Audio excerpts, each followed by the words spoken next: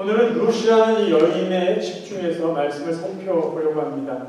특별히 두 가지 관점으로 이 룻에 대해서 살펴보려고 해요. 룻은 다른 사람에게 어떻게 복이 되어주는 삶을 살았는가라는 것하고, 다른 하나는 하나님은 이 여자 룻을 어떻게 축복해 주셨나, 이 여인은 어떻게 하나님께 복을 받는 삶을 살았나, 이 두 가지 관점으로 룻이라는 여인의 삶을 살펴보려고 합니다. 먼저 룻은 시어머니 나오미에게 복이 되어주는 삶을 살았습니다. 지금 룻기를 우리가 살펴보고 있는데요. 오늘 본문의 배경을 또 한번 잠시 설명을 드립니다. 나오미라는 룻의 시어머니는 베들레헴 고향에 흉년이 들자 이웃 마을 모압에 먹을 것이 많다라는 소문을 듣고 요즘 말로 이민을 떠납니다. 남편과 두 아들을 데리고 이민을 떠났는데 거기 가서 며느리 둘을 얻었지만 공교롭게도 남편이 사망하고 두 아들이 죽습니다. 그래서 이방 여인, 외국 며느리 2명만 남긴 채로 이방 땅에서 살게 됩니다. 참 기구한 인생이에요. 그런데 들리는 소문에 고향 베들레헴에 풍년이 들어가 먹을 것이 넉넉하다는 소문이 들립니다. 그래서 다시 결심을 해요. 외국 땅에서 외국 며느리 2명을 데리고 사는 것보다는 고향 땅에 돌아가서 살자. 그런데 내가 고향에 돌아갈 때는 외국인 며느리 2명을 이곳에 놔두고 나 혼자 가야겠다라고 결심합니다. 그래서 두 며느리를 설득해요. 너희들 여기 남아서 살아라. 나는 나 혼자 고향에 가겠다. 근데 두 번째 며느리 오르바는 시어머니 말을 듣고 눈물을 흘리면서 자기 고향 모압 땅에 남기로 하는데, 첫 번째 딸 이 며느리 룻은 아주 길을 쓰고 시어머니랑 같이 가겠다고 합니다.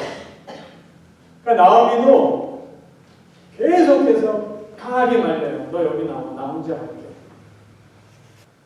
그래서 할 수 없이 나오미가 외국인 며느리 룻을 데리고 고향으로 돌아가기로 결심을 합니다. 자, 그럼 여기서 제가 여러분께 질문 하나 드리고 싶어요. 왜 나오미는 외국인 며느리를 데리고 고향에 가려고 하지 않았을까요? 왜 굳이 나 혼자 가겠다고 그 며느리들을 강하게 그곳에 떼어놓고 혼자 오려고 했을까요? 이런 생각을 한번 해봅니다. 나오미는 고향에 들어가서 고향 사람들에게 그동안 자기가 하나님의 말씀을 지키지 않고 살았던 죄들을 숨기고 싶었기 때문이었다는 것이죠. 여러분 생각해 보세요. 나오미가 외국 며느리를 데리고 고향에 가면은 사람들이 금방 알아볼 거 아니에요? 저 여자 외국 사람인데 저 여자 누구지? 당신 며느리야? 그러면 이 스토리가 뻔한 스토리가 돼요.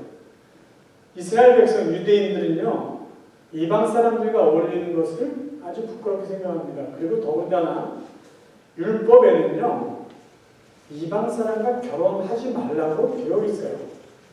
그러니까 외국 사람과 결혼했다는 것 자체가 하나님의 말씀을 어기는 그들의 기준은 죄를 범하는 거예요. 그러니까 차라리 나오미는 혼자 홀몸으로 고향에 돌아가면, 그리고 사람들을 만나서 아무 얘기 안 하면 자기가 하나님 말씀대로 살았는지 하나님 말씀 율법을 어겼는지 굳이 그거 이야기할 필요가 없잖아요. 근데 외국 여자 이 며느리를 달랑 데리고 가면은 사람들이 뻔하게 나오미를 평가할 거 아니에요. 저 사람 이방 사람과 결혼을 했네? 하나님 말씀을 어기고 그동안 그럼 뭐하고 사는 거야? 얘기가 복잡해지는 거예요. 그러니까 나오미 입장에서는 그냥 단촐하게 자기만 가면 자기의 과거도 다 감출 수 있고 그냥 아무 일 없듯이 그냥 새롭게 살면 될 수 있겠다 생각을 해서 외국인 며느리를 데려가지 않으려고 했다라고 생각을 할 수 있어요. 그런데 그런 시어머니의 마음을 아는지 모르는지 이 룻이 굳이 같이 가겠다니. 제가 책임지겠습니다. 하나님 믿고 사십시다. 그래서 이 나오미가 자기의 생각을 포기하고 며느리와 같이 이 외국 며느리와 같이 고향에 돌아가겠다고 결심한 데에는요, 자기의 잘못을 인정하는 마음이 거기 숨겨 있다는 거죠. 그리고 여기서 우리가 중요하게 여겨야 될 것, 자기의 잘못을 회개하는 것이 하나님과의 관계를 회복하는 첫걸음이 될 수 있다는 것이죠. 그러니까 나오미가 이 룻을 통해서 자기의 잘못을, 자기가 하나님 앞에 했던 그 죄를 회개함으로 새롭게 하나님의 은혜를 자기 삶에 회복할 수 있게 되었다는 것이에요. 자, 이제 이 룻이 나오미에게 어떻게 복이 되었는지 좀 더 구체적으로 봅니다. 이 룻은 시어머니 나오미를 위해서 희생하겠다고 약속을 해요. 그게 오늘 우리가 읽은 본문 1장 16절 17절에 나와 있어요. 아주 중요한 그 고백이 있는데요. 다시 한번 읽어드릴게요. 룻이 이르되 내게 어머니를 떠나며 어머니를 따르지 말고 돌아가라. 강권하지 마옵소서. 어머니께서 가시는 곳에 나도 가고 어머니께서 머무시는 곳에서 나도 머물겠나이다. 어머니의 백성이 나의 백성이 되고 어머니의 하나님이 나의 하나님이 되시니 어머니께서 죽으시는 곳에서 나도 죽어 거기 묻힐 것이라. 만일 내가 죽는 일 외에 어머니를 떠나면 여호와께서 내게 벌을 내리시고 더 내리시기를 원하나이다 하는지라. 대단한 믿음의 고백과 어머니를 향한 자신의 희생을 약속하는 말이에요.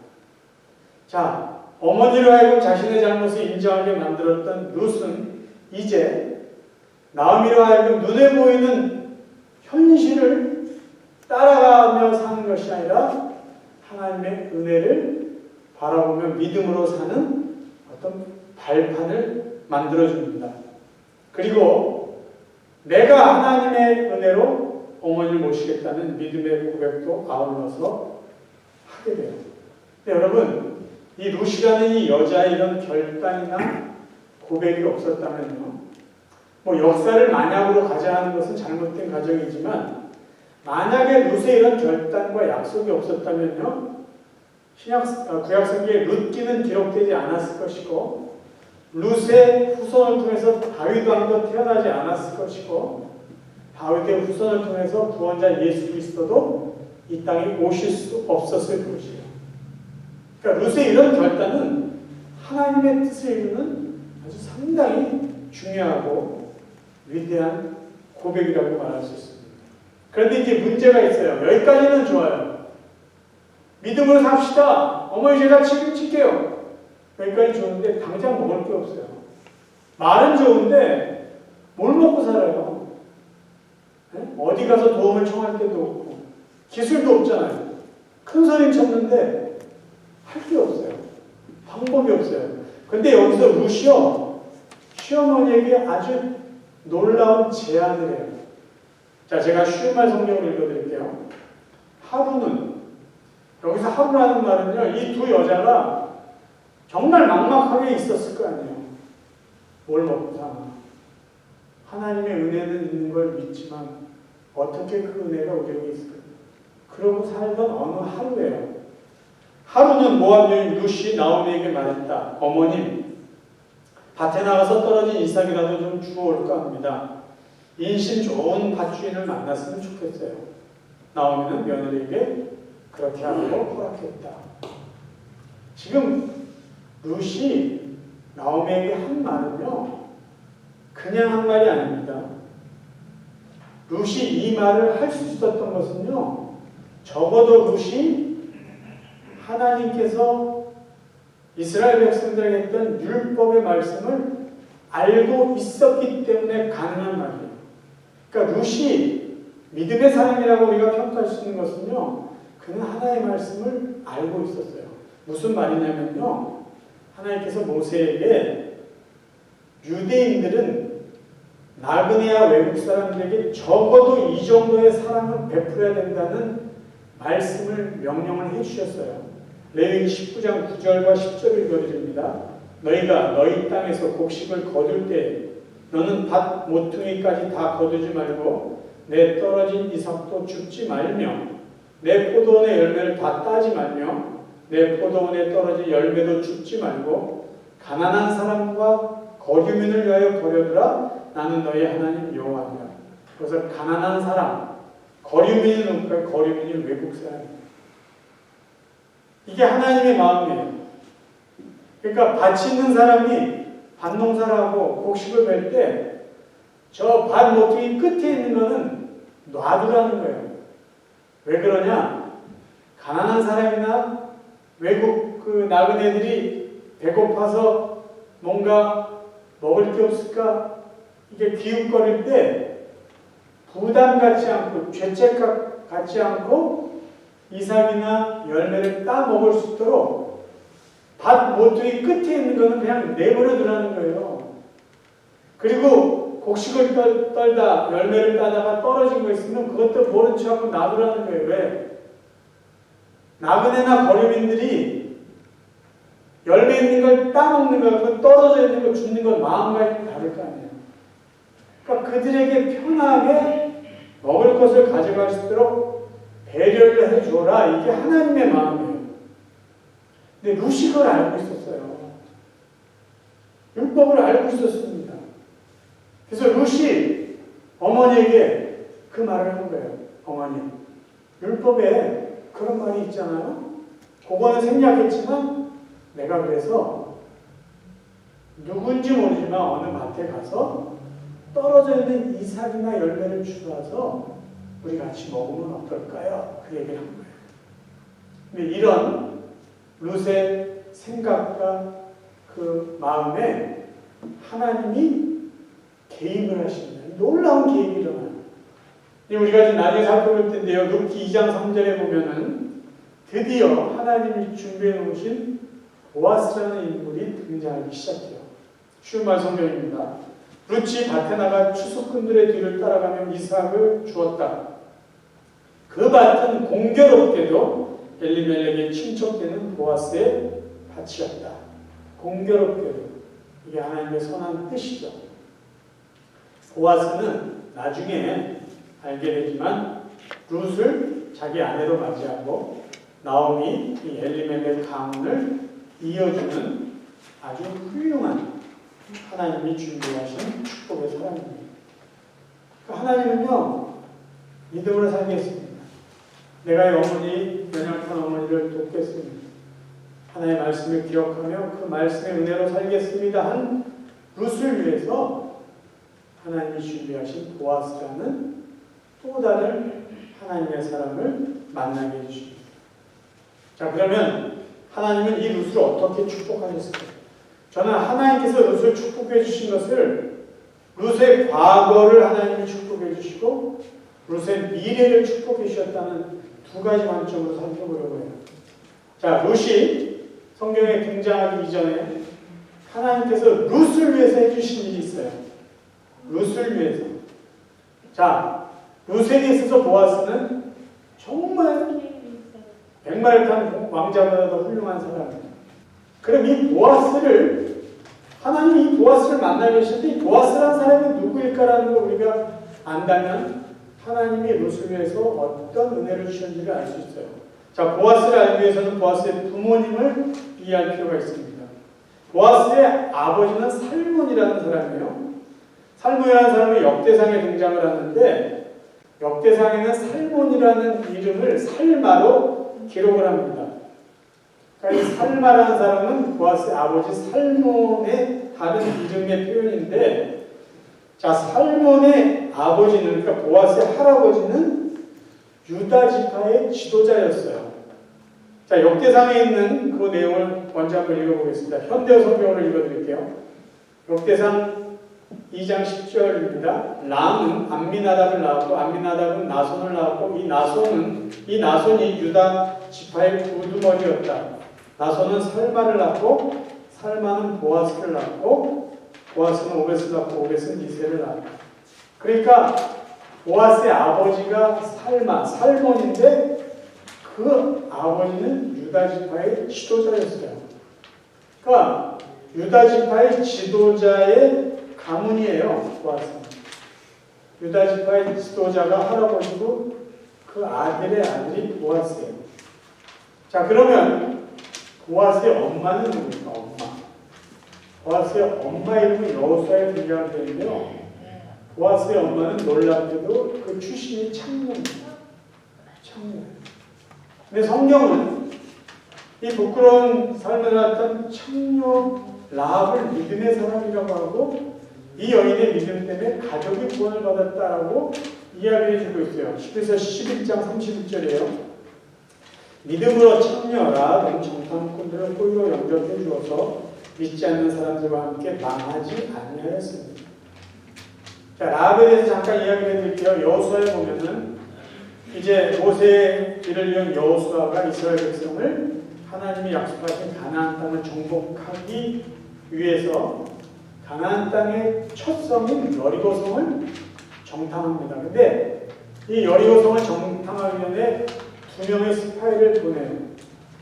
그러니까 아무나 쉽게 접촉할 수 있는 곳이 아마 그 시대에도 기생의 집이었을 것 같아요. 창녀의 집이었던 것 같아요.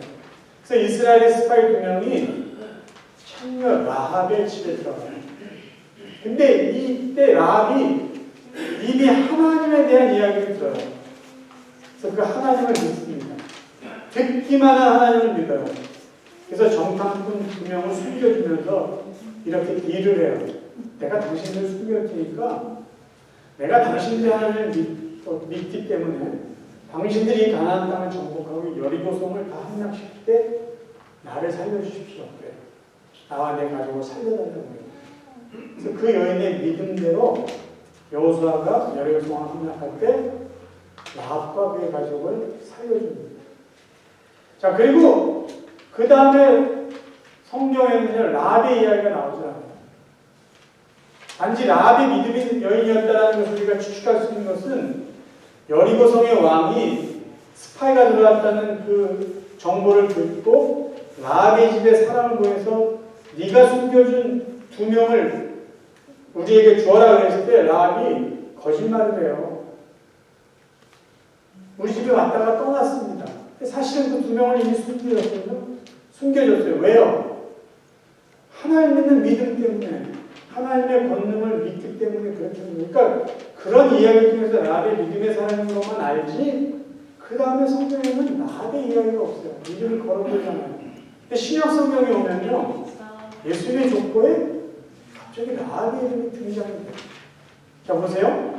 살몬은 라합에게서 조금 전에 봤잖아요. 보아스의 아버지 살몬은 라합과 결혼해서 보아스를 낳았다는 이야기가 나옵니다. 그러면요, 여기서 우리가 추측해 볼 수 있는 게 있어요. 여러분, 라합이 하나님을 믿는 믿음으로 가족과 함께 살아났어요. 그럼 그 다음에 계속해서 그 여자가 창녀의 삶을 살았을까요? 아닐 거라는 게 분명해요. 왜냐하면 믿음으로 살았던 이 여인이 유다 지파의 지도자의 아들을 만나서 결혼을 했다면요, 그녀의 삶이 어떤 삶을 살았는지 우리가 얼마든지 짐작할 수 있어요. 그리고 유다 지파의 지도자의 아들 살몬과 결혼해서 자식을 낳았는데 그 자식이 보았어요. 그러면 보아스는 성경에서 뭐라고 이야기하냐면요, 우리 2장 1절에 보면 나오미에게는 남편 쪽으로 친척이 한 사람이 있었다. 그는 엘리멜렉의 친척으로 재산이 많은 마을의 유지였다. 그의 이름은 보아스였다. 그러니까 라합이 살몬과 결혼해서 낳은 아들이 보아스인데 성경에서 보아스를 어떻게 평가하냐면 재산이 많아요. 그러니까 땅이 많고 부자였고 하나님 믿는 사람이었고 다른 사람들에게 이렇게 호의를 베푸는 그런 좋은 사람이에요.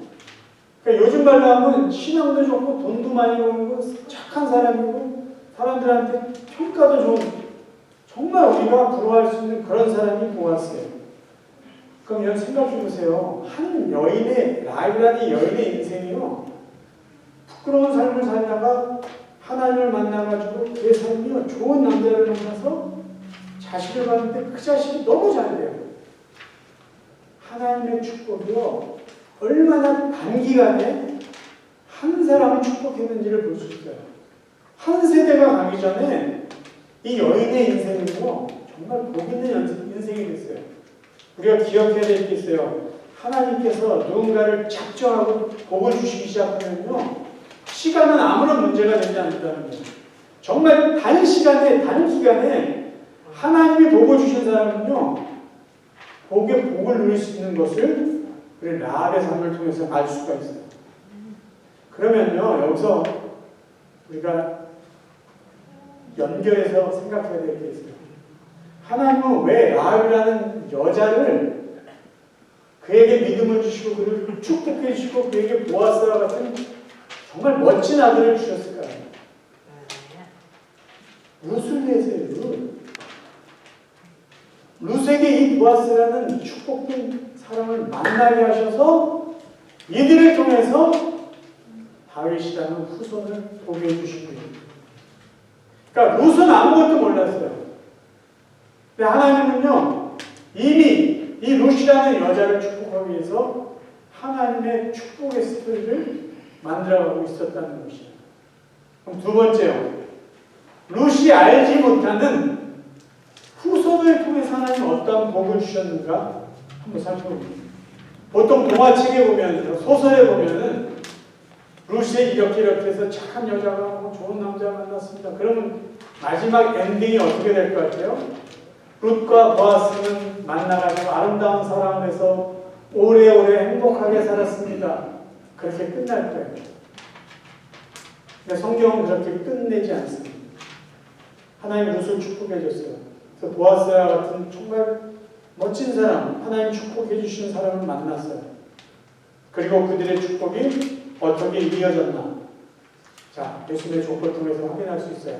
살몬은 라합에게서 보아스를 낳고, 보아스는 룻에게서 오벳을 낳고, 오벳은 이새를 낳고, 이새는 다윗을 낳습니다.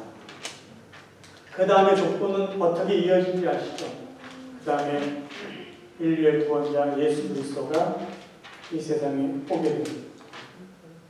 자, 하나님은 룻을 축복하기 위해서 또 다른 한 여인 라합을 축복하시고 보아스라는 그 귀한 사람을 축복의 사람으로 준비해 놓으셨어요. 그리고 룻에게 만나게 하시고 이 두 사람을 통해서 그들의 후손을 어떻게 축복합니까? 다윗 왕을 보게 하시고 다윗 왕의 후손을 통해서 예수 그리스도 인류의 구원자 예수 그리스도를 이 땅에 보내주셨어요. 라합과 룻은 공통점이 있습니다. 두 사람 다 유대인들이 인정하지 않는 이방 사람이라는 것이고요. 유대인들이 무시하는 여자라는 거예요. 그러니까 이 두 여인의 공통점은 유대인들에게 있어서는요.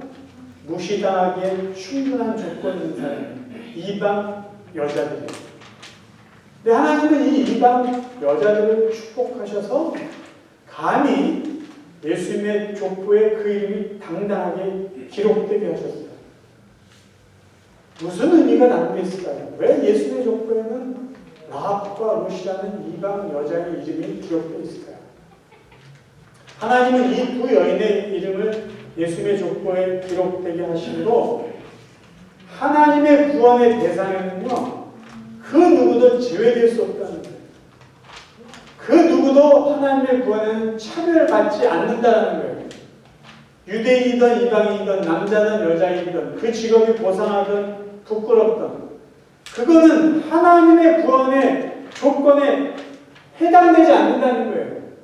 오직 하나님을 믿고 예수 그리스도를 믿는 믿음만 있다면 하나님의 구원의 은혜에 다 포함된다. 그것을 가르쳐주기 위해서 알려주시기 위해서 예수님의 족보에는 라합의 이름도 룻의 이름도 기록되었던 것입니다. 믿음만 있으면 하나님 믿는 믿음으로 산다면 예수를 그리스도로 믿는 믿음만 있다면 모두가 다 죄 용서받고 하나님의 자녀가 될 수 있습니다. 아멘. 여러분 말씀을 제가 정리하면서 룻이라는 한 여인을 중심으로 그러니까 이 여인을 중심으로 해서 하나님이 하신 일을 한번 정리해 볼게요. 자, 우리는 룻의 이야기를 하면서 라합의 한 여인의 삶을 살펴볼 필요가 있어요. 그렇죠? 라합이라는 그 여자가 청녀로 살았는데 하나님 믿는 믿음으로 구원을 받게 되고 그에게 좋은 남자를 하나님 만나게 하셔서 축복된 아들을 보게 하셨어요. 왜 그랬을까요? 하나님이 라합이라는 여인을 축복하고 귀한 아들을 주신 것은 룻을 축복해 주시기 위해서요. 놀랍지 않습니까? 그럼 룻을 왜 축복해 주셨을까요? 보아스라는 사람을 미리 축복의 사람으로 만들어서 왜 룻을 축복해 주셨을까요? 저와 여러분, 세상의 모든 사람을 축복해 주시기 위해서요. 믿음으로 살겠다는 이 정말 가련한 여인, 아무것도 의지할 것 없는 시어머니를 내가 책임지겠습니다. 하나님이 함께 해주실 것입니다. 그 믿음으로 희생을 약속한 이 여인을 하나님이 축복하셔서 오늘날 저와 여러분까지도 구원의 은혜에 포함되는 은혜를 이 여인을 통해서 하나님이 허락해 주신 겁니다. 여러분, 룻이라는 이 여인의 삶이 너무 멋지지 않습니까? 룻의 삶이요, 우리가 소위 말하는 축복의 통로가 되는 삶이에요. 복을 받아요. 복을 나눠줘요. 하나님 가만 나누시잖아요. 또 복을 주세요. 그 받은 복을 또 나눠줘요. 축복의 선순환이 룻이라는 이 사람을 통해서 계속 이루어지는 것을 볼 수 있습니다. 저는 말씀을 준비하면서 간절히 기도했어요. 저와 여러분의 남은 삶이 룻과 같이 축복의 통로가 되기를 간절히 바라면서 기도했어요. 여러분의 남은 삶이 10년이 되든 20년이 되든 30년이 되든 시간은 중요하지 않습니다. 왜냐? 하나님이 여러분을 축복하시고 작정하면요, 시간은 아무런 문제가 되지 않는다니까요. 그러면 하나님이 여러분을 축복하시면 여러분 자신에게 복이 되고 여러분 자식에게 복이 되고요. 여러분 자손에게 복이 돼요. 한 세대가 지나가기 전에 복이 돼요. 그래서 여러분 자녀를 위해서 기도하시고 손주들 위해서 기도하세요. 하나님, 제가 하나님의 은혜 속에 살겠습니다. 믿음으로 살겠습니다. 제가 복을 나눠주는 자로 살겠습니다. 하나님이 여러분을 복을 주실 거예요. 여러분에게 복을 주시고 여러분 자손에게 복을 주시고 여러분 후손에게 복을 주셔서 우리가 알지 못하는 우리의 후손을 통해서도 하나님 놀라운 은혜와 복을 세상 사람들에게 나눠줄 것입니다. 바로 축복의 통로예요. 여러분, 하나의 은혜와 복을 사모하세요. 어떤 사람들은요, 정말 복을 너무 많이 받아가지고 복을 누리며 떵떵거리며 사는 사람이 있어요. 근데 진정한 복은요, 그 복을 나눠주는 데 있습니다. 나눠주겠습니다. 저희를 복을 주십시오. 저희 자식을 축복해 주옵소서. 저희 자식을 통해서 하나의 복이 나눠지기를 원합니다. 그런 여러분의 기도와 그런 하나님의 축복이 여러분의 남은 삶 가운데 되기를 간절히 바랍니다. 그래서 여러분을 통해서 여러분의 자식을 통해서 룻과 같이 축복의 통로로 살아가는 정말 멋진 축복의 사람들이 되시기를 주님의 이름으로 축원합니다.